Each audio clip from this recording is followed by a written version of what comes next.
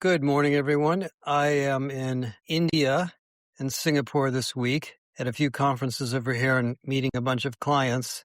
And I felt it was time to try to shed some light on the lawsuits, one against Workday, another against Eightfold, by job candidates about AI-based recruiting. And so what I did was put together a fairly detailed, not super long, discussion of what AI-based recruiting is and its history.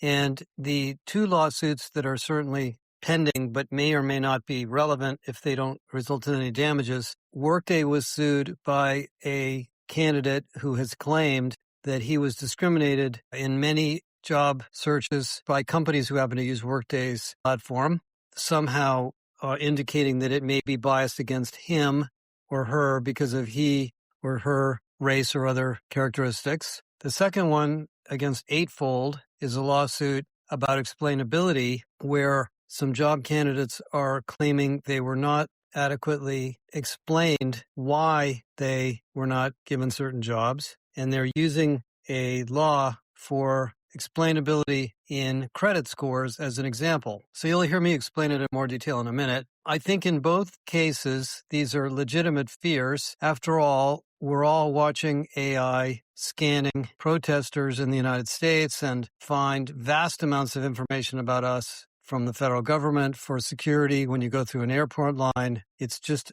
amazing how much data about people is floating around in these AI systems. So, of course, we have to expect that recruiters are going to get access to this through various vendors. But as you'll hear about in the podcast, it's not as simple as identifying somebody's experience. There's much more detail needed to assess job fit. And even if an AI does give a score, most employers don't consider that to be a final decision. They're only using it for screening. And let me also remind you that any questions or concerns you have about AI, I would double or triple or maybe tenfold those concerns about human recruiters, because humans are biased and humans can't explain why they make decisions either. At least sometimes they can't. So my personal opinion is this is a very thorny problem. The vendors have worked very hard to make their systems explainable, and you can read Eightfold's position on this and Workday's position on this. I'll put some links in here.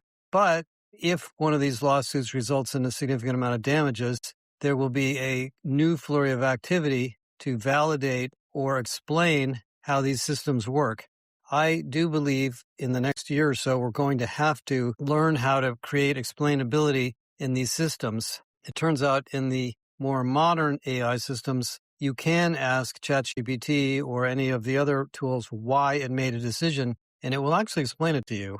The Workday system and the Eightfold system are much more complex and they're much more customized, and they may or may not have that feature. But anyway, that'll be coming. Here's the podcast. I want to give you some perspective on AI-based recruiting, which is a controversial topic now supported by two lawsuits, one against Workday, one against Eightfold, by job seekers who feel that it's biased and unfair. And I'm not going to take a position on those particular lawsuits, but I do want to give you some context for this because it's not going away and it's a really important topic. So if you go back in time 30, 40 years, just for a minute, to the way recruiting used to happen before the internet, we would literally mail a paper resume to a company. We would wait to hear back, and maybe we would get a letter of interest, and we would fly or drive to a job interview. We would go through the interview. Maybe we would be selected. Maybe we would go through some testing, and maybe we would get a job.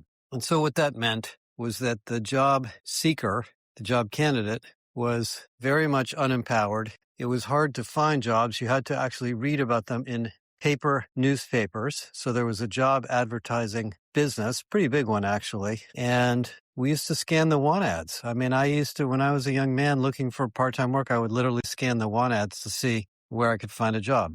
Okay, so that was fine. It just was what it was. And then along came the web and the internet, and Monster.com, which is now, by the way, part of a company called Radancy, which I'm going to be talking about later, and later LinkedIn and others started to put jobs on the internet. Employers didn't really have tools to put jobs on the internet. their job posting systems were called applicant tracking systems, but they were mostly stored in databases. And little by little, through pioneers like Doug Berg, who I'm going to interview later, you could put these things on the internet. And so you as an employer could post a job and it would go onto the internet, and then it would go onto these posting networks like Monster, Career Builder, Indeed, which didn't exist yet, LinkedIn, and people could find it. And those of us looking for jobs, which we all do at various points in our lives, would use these networks to find them, and a whole bunch of tools were created for candidates. And so the balance of power shifted from employer to candidate. We also had a war for talent and a shortage of skills in the middle of all this. So there was a sort of an arms race on both sides, but particularly on the employer side, to build better and better tools to find the people or source them rather than post ads and pray that they would come. Now, in the old days, when I got out of college, the employers would go to universities and recruit people. That continued too, but it trimmed down a lot because it was easier and easier to get people online. And then the sourcing industry suddenly got smarter and smarter and smarter because AI, even long before ChatGPT, could scan through all this data about people, which was now on the internet in LinkedIn or someplace else. And by the way, there's a massive industry of companies selling profile data of workers to employers, which I've also written about. So you could take AI, or what was not called AI at the time, and you could scan through these names, job histories, locations, degrees, certifications, credentials, comments about their resume, etc. And you could try to infer what this person might be good at and whether they would be good for a job. And the primary link or scoring factor was the words or language that the person used to describe the jobs that they had had in the past compared to the job that you're posting. And by the way, one of the things that's changed a lot is in those days, job titles weren't changing every day. They were pretty fixed. So sales representative was not a wildly changing role. So if somebody had sales representative on their resume, you could assume that they kind of knew what that job was all about, even though you have the issue of what they're selling and who they're selling it to, et cetera, inside versus outside sales, et cetera. So anyway, so we had all that. And, one of the companies that kind of pioneered this searching technology was Eightfold, and they got a $2 billion valuation in their early rounds. Then came along Beamery, which was using this kind of technology for candidate relationship management, Seek Out, and many others, including LinkedIn, who can search through your resume to try to match you to a job. And we were all pretty excited about it because as a job seeker, you would start to get recommendations or in-app suggestions in one of these apps about jobs that seem to be relevant to you. Of course, the bad side of that from a job seeking standpoint is you're getting it and so is a million other people, so are a million other people. So, it's not a very exclusive process. So you still have to put a lot of yourself into it. On the employer side, this technology was fascinating. And so companies started to buy these tools to find rare skills, very unique roles, technical specialists, people in different countries that were hard to find, or people that were leaders or leadership potential. And so the AI tools like Eightfold worked on things to assess leadership, to assess technical skills, and so forth. And what they mostly were good at was figuring out that this individual has done this job before, they've worked in this industry, they've worked in this size company. They've used these kinds of technologies. And so they're probably likely to have these skills. And the word skill, which I have been a little bit unhappy with from the beginning, became the credentialing factor that these systems use. So what they sort of turned into or were positioned as is skills inference systems. Now, if you look at my resume or anybody else's, my skills are not obvious from my resume. My experience is interesting to some people, but nobody really knows why or how I did the things that I did unless they know me or people who know me, and they may find out that my skills are mostly somewhat technical, even though it may look like I'm some sort of a business guy, which I sort of am, but not at my root. So these were always sort of problematic in the sense that even if somebody looks like they have the right skills, until you meet them and talk to them and hear what is really going on under the covers in their history and what happened in these experiences, it's a little hard to tell. But we were so excited about this, and I mean everybody, that we all bought this stuff. Workday went out and bought Hiredscore. A lot of companies started to buy Eightfold, and vendors like Beamery and Phenom and many others sold skills technology into the recruiting market in many forms, including analysis of video interviews. Supposedly, you could listen to what somebody said in a video interview and understand their level of expertise. And then, of course, there's this peripheral industry for AI-based assessments too, but I'm going to leave that out for now. So we had all this searching and indexing and inference technology. And for the most part, it was adding a lot of value because many companies could find qualified roles much, much faster and more deliberately than ever before.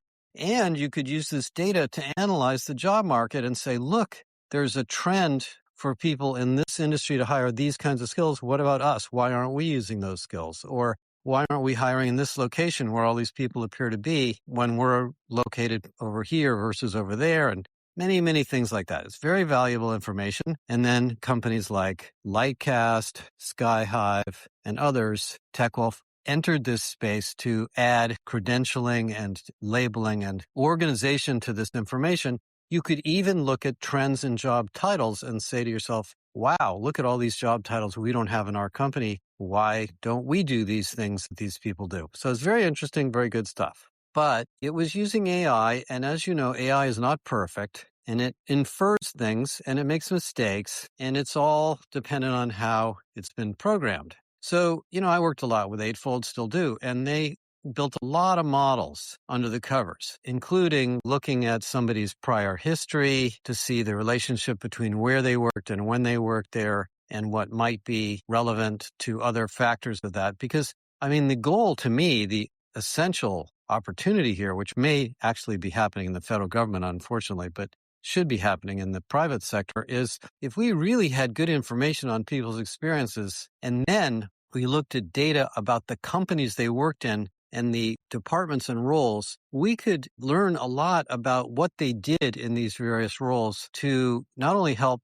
employers find candidates, but also to develop them, give them new career opportunities and many other things. And this is all slowly happening in the new world of Gen AI.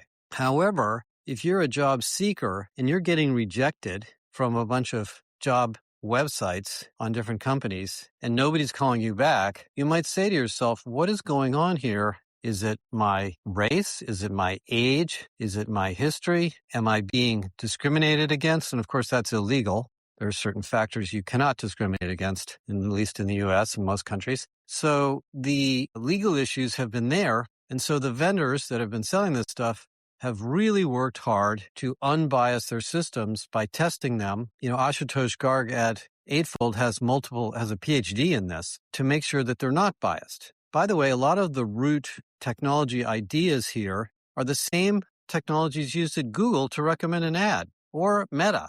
When Google and Meta send you an ad, they're not only looking at your click stream, they know who you are. They know your gender. They know your political affiliation if you've expressed it. They know your age. They know your buying history. They may or may not know where you worked, but they know the kind of work you do. And so that technology is very heavily engineered and lots of people are working on it, and it's not going away. However, as with all AI, including Gen AI, it's limited because the data isn't complete. If you look at, again, your LinkedIn history as an individual, my guess is you probably haven't updated it for a while. I haven't updated mine for years. So there isn't that much in it about me as a person. There's just a lot of stuff about maybe the kinds of roles I've had, not really the things I've done. And I've always felt that, the most valuable database that could possibly be created would be an experience database of what projects you did, not what companies you worked for or what job titles you had. But anyway, that's hard to get without an interview. Well, along comes this massive new market now facilitated by the LLM vendors for data labeling. Data labeling is a vague concept, but here's what it is. You're OpenAI or you're another foundation model company, and you're trying to make sure that your AI is really good at welding, answering questions to welding.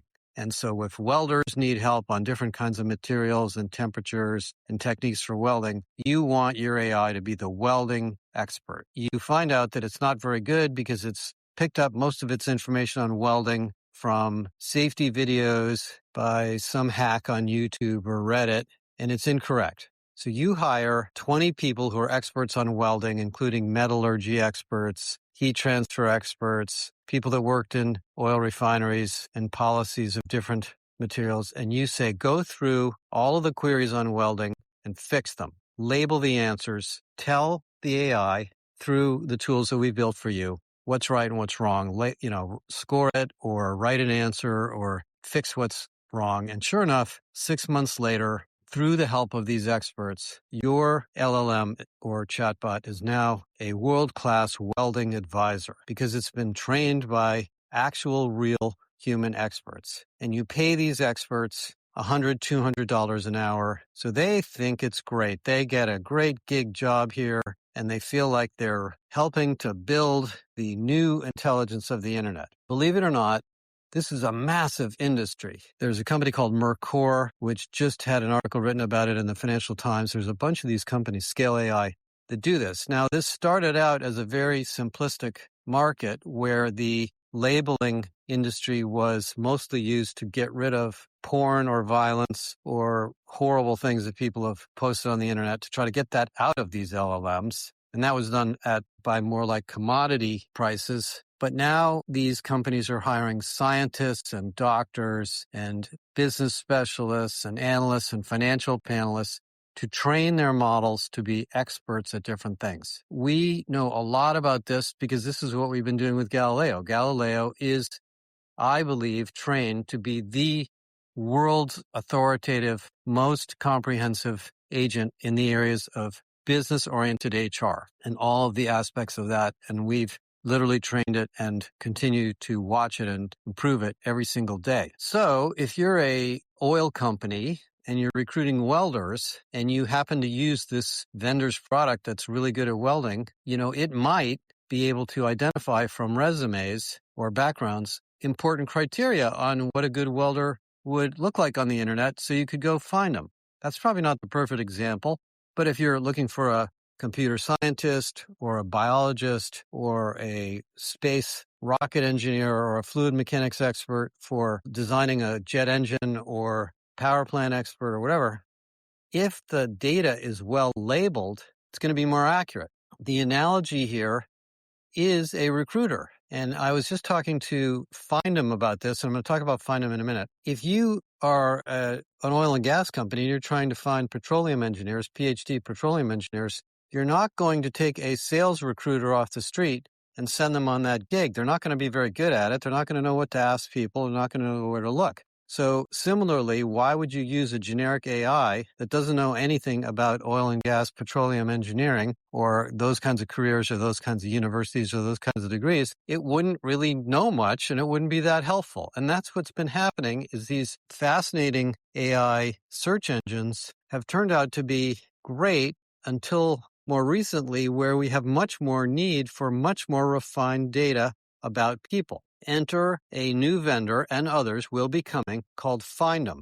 Findem, who just received a big chunk of VC money, decided a year or two ago, maybe longer, to label human capital data in different industries and different domains. And if you think about, someone like me or anybody else you're trying to hire, what you want to know is what they've done and what they've experienced and therefore their skills and capabilities in quite detail. I want to know if they worked for a startup. I want to know if they worked for a big company. I want to know if they worked for a global company. I want to know if they worked in this industry versus that industry, what period of time. And so what Findem did is they built this very interesting metadata model of the types of data we want to get out of job profile information. And they've been labeling information, and it's turning out that with the labeled data from Findem, this is not going to be the only company that does this. It's going to be a big deal. It's way more accurate and way faster and way more predictable and much higher quality hiring system. The initial use case that we've explored with them, and we're talking to them about a bunch of others, is in the military. If you are looking to hire leaders, managers, operations people, and you want to hire people who have worked in the military, the language and the jargon and the job titles and the skills in the military are very different than in the civilian sector. I don't know the military very well, but they've built a labeled version of the job profile or the candidate database of the world for militaryrecruit.com, I believe is the name of the company. We're going to have an interview with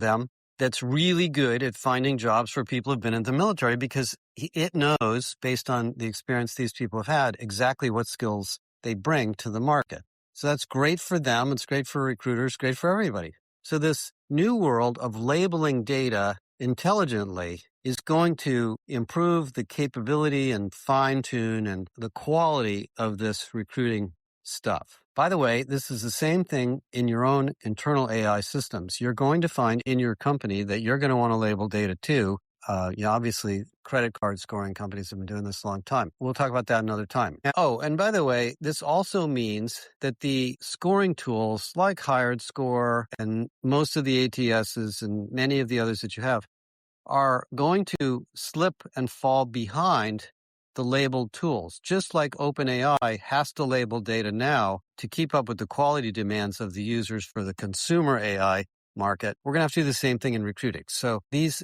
vendors like Finum and others are going to be, I think, very important in the market. And they're going to grow, and there's going to be others. And they will tap into this bigger data labeling market, which has lots and lots of suppliers already. I mean, there's a philosophical question in my mind as to why you as an expert would want to spend your time making $200 an hour to train an agent to take your job away and destroy your entire profession and career. But, some people don't think that way. Okay, now we get to this issue of the legal ramifications of this. I don't know a huge amount about the law. I read it and try to keep up with it a little bit. I think what's going to happen here is probably as the quality of these systems goes up, the attention or perspective or focus on quality of hire by candidates is also going to go up. It really depends on whether the Workday or Eightfold lawsuits go anywhere. It's interesting, the Workday lawsuit is by either one or multiple individuals who feel that they were personally discriminated by Workday after applying to a whole bunch of companies that had Workday recruiting software. The Eightfold lawsuit is a little bit different, where the candidates want to know why. They want transparency. Why were we screened out? And they're using as a legal foundation the rules about transparency in credit reporting. When your credit rating goes down, there's a certain amount of detail you're entitled to knowing as to why it went down, so it isn't a black box. Whereas this particular group of people also believes there should be explainability in the AI for recruiting. And I would say that is a good idea. And data labeling is actually going to make that easier because you will have more obvious visibility into why an individual was not selected. Now, what does the individual do about that? Can they ask the vendor to update the database like you can ask a credit card reporting company to update your credit if it's incorrect? That's probably where this is going to go, but that's a pretty big problem given the fact that there are 4 or 5 or 6 billion people looking for jobs, each of whom have some complaint about why they're not getting credentialized correctly.